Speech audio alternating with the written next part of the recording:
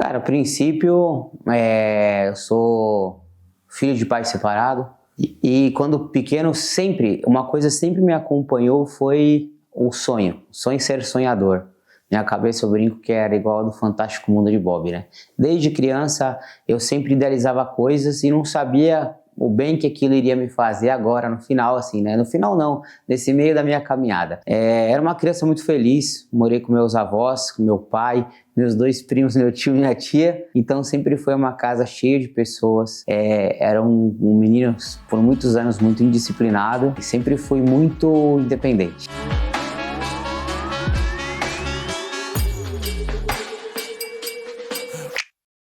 Então, eu tive várias brincadeiras saudáveis. No meu tempo era diferente as brincadeiras de hoje pro meu tempo, né? Então a gente brincava de carrinho, de bonequinho. Aí eu tive uma infância muito legal. Eu morava numa rua que era de paralelepípedo, só que subindo a rua era uma parte mais lisa e tinha uma empresa onde eles faziam trenós, tudo era feito de madeira. E a gente pegava o resto das madeiras e descia de fórmica essas descidas. Tive casa na árvore, a gente brincava que era uma comunidade na árvore, que era tudo aglomerado de restos de madeira. Mas, cara, sempre fui muito sonhador, fui um menino muito saudável, graças a Deus. A gente passava, assim, tranquilo, né? Quando eu morei com a minha avó e com meu avô, com meus primos. E aí eu fui crescendo, nunca gostei muito de escola. E as pessoas me julgavam muito por isso, falavam que eu não tinha futuro, que eu precisava estudar, senão eu não ia ser ninguém na vida. E aí eu fui crescendo e aí a gente mudou desse condomínio que a gente morava, que era perto do metrô Santa Cruz, Ricardo Jafé. E aí a gente foi morar na Cursino, onde já eram meninos que tinham mais maldade, já era muito esperto, assim, já tinha mais malícia da vida, né? E aí a gente começou a conviver com essas pessoas e várias coisas foram acontecendo, fui desenvolvendo a minha cabeça, porque se eu falar que eu cresci, as pessoas vão brincar, né? Falar pequenininho não cresceu até hoje.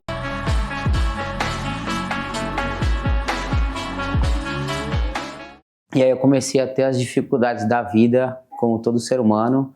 Eu fui trabalhei de office boy, eu trabalhei numa corretora de seguros, trabalhei de office boy numa igreja, próximo aqui da minha clínica agora, que é muito legal passar lá e ver que do office boy hoje eu sou empresário. E, cara, fui seguindo minha vida, passeava bastante. Eu sempre fui de muito andar, assim, por conta do meu irmão, com pessoas com poder aquisitivo muito alto. Então a gente andava com eles porque eram pessoas legais e não discriminavam a gente por não ter a mesma coisa que eles tinham. E aí fui crescendo, trabalhei num lugar, trabalhei em academias, eu trabalhei vendendo filtro na rua de terno e gravata parecendo um palhaço, porque o terno era do meu avô e não cabia em mim. E, cara, tudo que você imagina, eu já trabalhei montando computador, eu já trabalhei vendendo rifa, um monte de coisa.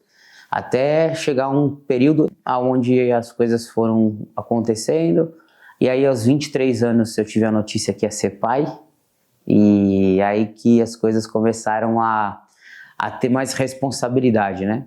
E aí foi um tempo meio turbulento, né? Por conta de família da minha ex-namorada, né? Aconteceram algumas desavenças, e aí acabei não consegui ver minha filha crescer.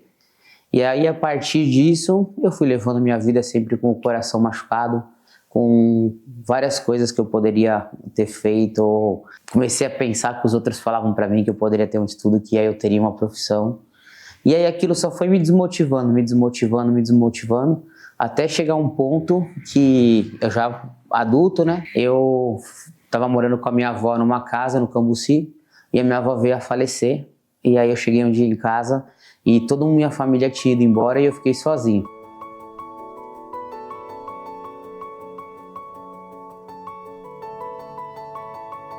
E aí, com a morte da minha avó, eu decidi morar com a minha mãe, com muito rancor no coração pelo que ela tinha feito comigo e com meu irmão. E aí eu fui morar com a minha mãe e aí eu tive vários problemas, assim, de aceitação na minha cabeça.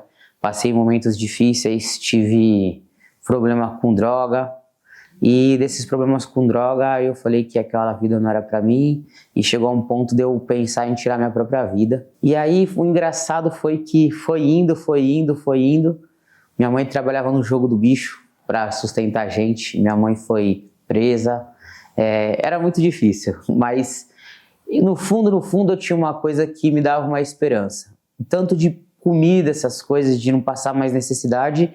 E em um certo ponto, chegou, minha mãe infartou. E aí que entra a massagem, né? E nesse período que minha mãe infartou, eu ajoelhava para Deus lá fora e falava que eu não queria que, se minha mãe fosse embora, pelo menos ela não passasse esse tipo de necessidade. E aí vinha gente do nada me trazer comida, me trazer mantimentos, assim, que eu nem esperava. E era coisa boa, tá? Não era qualquer coisa, não. E aí nisso foi indo. E aí eu falei, eu tenho um curso de massagem que eu tinha feito há muito tempo, que as pessoas tiravam sarro de mim, que eu ia passar a mão em homem, que aquilo não dava dinheiro, e começaram a falar um monte de coisa pra mim. E aí eu falei, é o que me sobrou, é o que me restou, porque eu tinha que cuidar da minha mãe infartada e tinha que trazer dinheiro pra casa. E aí foi que eu comecei a fazer massagem.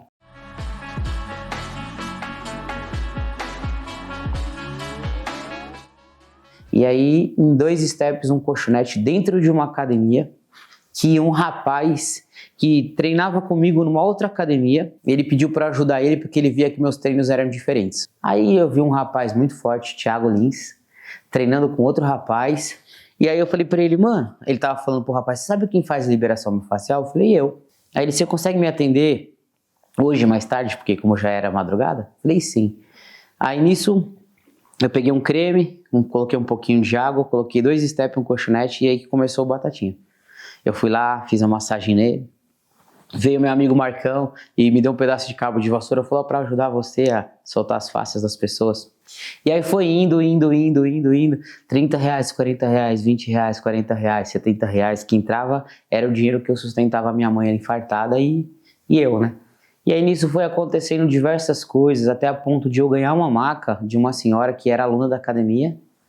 E dessa maca que eu ganhei, eu fui, né, me ligaram, né, o Felipe me ligou e falou assim, pô, você é seu tradutor, tem um gringo aqui, você consegue atender esse gringo? Aí eu falei, não consigo, né, claro, nunca falei não para trabalho.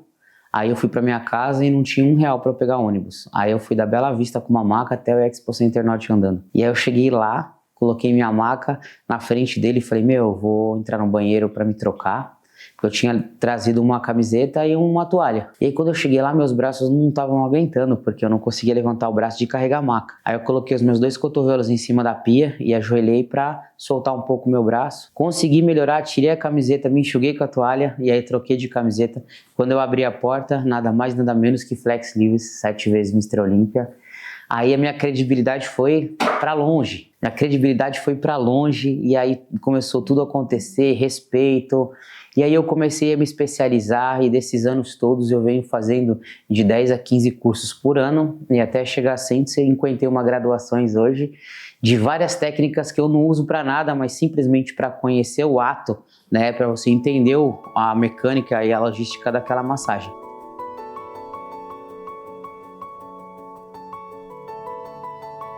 E aí nisso foi, cara. E aí eu tenho um quadro que eu falo que é o quadro da minha vida, onde 70% das pessoas que eu atendi estão aqui.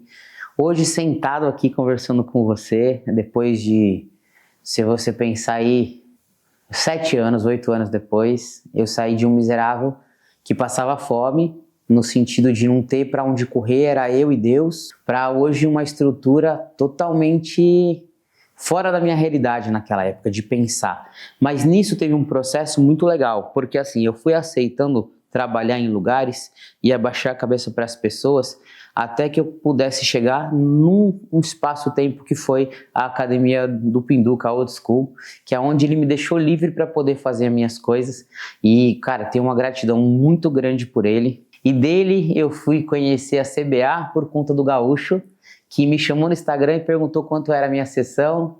E aí eu fui chegar até o Gaúcho, do Gaúcho eu atendi na lanchonete da academia, e da lanchonete da academia eu peguei a confiança e o carinho do dono, que é o Miguel, que é meu paizão, e do Gaúcho, e aí eles me cederam uma sala no fundo da academia, onde eu pude atender e ter os melhores momentos dentro da minha profissão, que foi a Academia CBA, ali na José Maria Whittaker, 953. E aí dali as coisas começaram a acontecer no meio da pandemia, né? E aí eu gravei diversos vídeos onde a visualização foi muito alta, onde a galera foi simpatizando com o meu trabalho junto com os atletas.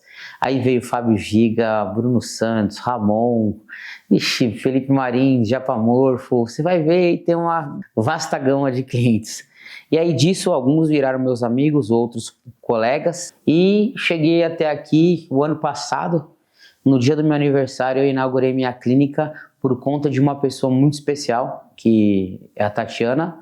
Ela me fez enxergar o meu tamanho, porque para mim era um lugar muito simples, mas para mim estava bom, porque o ambiente era bom e eu sabia que era o meu trabalho que contava, não a estrutura. Até conheci uma mulher bem sucedida igual a Tati, né?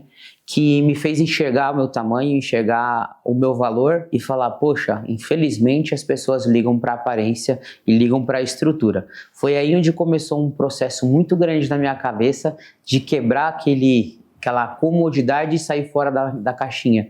E saindo fora da caixinha, eu estou numa clínica de 300 metros quadrados com 2 recepções, na verdade uma recepção, uma sala de espera, 5 salas e 3 banheiros. Isso daí foi num processo aí de 7, 8 meses que ela foi fazendo massagem comigo e conversando comigo como quem não quisesse nada mesmo, mas já com essa vontade, esse anseio de me ajudar a me encontrar. E aí hoje, cada vez que passa, eu agradeço todo esse caminho, essa caminhada, e agradecer todas as pessoas que estiveram comigo, né? Tudo foi um acontecimento assim, encaixado. O Rafa, eu atendia no estúdio de tatuagem, onde não foi muito legal, porque falaram uma coisa para mim, depois fizeram outra. E aí, mas eu conheci o Rafa, e aí o Rafa chegou, vamos montar um sonho, né? Vamos abrir esse canal seu. Eu falava, não, tá tranquilo, não precisa disso aí não. E aí hoje eu me comunico através do YouTube por conta do Rafael, né? E ele que botou esse sonho na minha cabeça, e a gente curtiu desde o primeiro seguidor até os 10 mil seguidores, 20 mil seguidores, 30 mil seguidores, e assim vamos chegar nos 100 mil, ganhar nossa plaquinha, né, Rafa? E aí disso foram as pessoas que Deus foi encaminhando na minha vida e foi se encaixando e agregando comigo, mas do mesmo jeito eu agregando com elas. Eu faço questão de fazer parte do momento das pessoas que acreditaram em mim, que fizeram parte do meu momento também. E aí daqui hoje eu tenho projeções, hoje eu tenho uma cabeça de empresário, hoje eu consigo sentir que a gente não tem fim, né? A gente pode chegar onde a gente quiser, mas a primeira pessoa que tem que acreditar é você. Então eu vejo muito isso. É o menino que não tinha futuro, que não tem estudo, né, no sentido de faculdade, essas coisas. Hoje um empresário, hoje uma pessoa bem-sucedida. Hoje eu vivo coisas que eu nunca na minha vida nem sonhei, nem aquilo que eu sonhei a vida inteira quando era criança até aqui, porque até hoje eu sonho. Na minha cabeça não passava que eu poderia sonhar, desde estrutura, carro, né, e hoje sonho sem fim.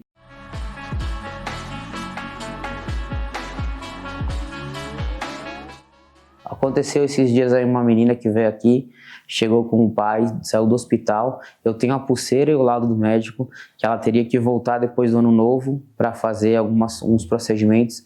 E essa menina veio aqui cheia de dor, chorando. Essa menina ajoelhou e ficou 3 horas na minha sala chorando, falando, não acredito que você fez isso comigo, e eu nem sei o que você fez. Quando eu fui ver, eu tô andando sem dor.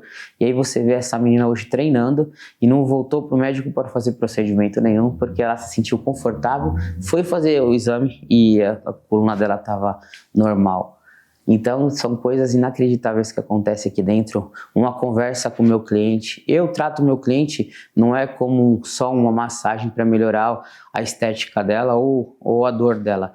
Às vezes tem muitos recados que vêm para entregar para essas pessoas que podem mudar a vida delas também. Então não é só uma massagem, é uma experiência toda, né? Fazer uma sessão comigo, eu convido vocês, não é um marketing.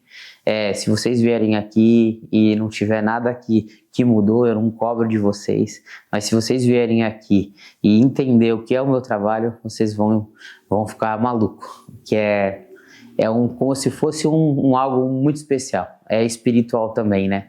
E é muito louco fazer parte desses momentos dessas pessoas.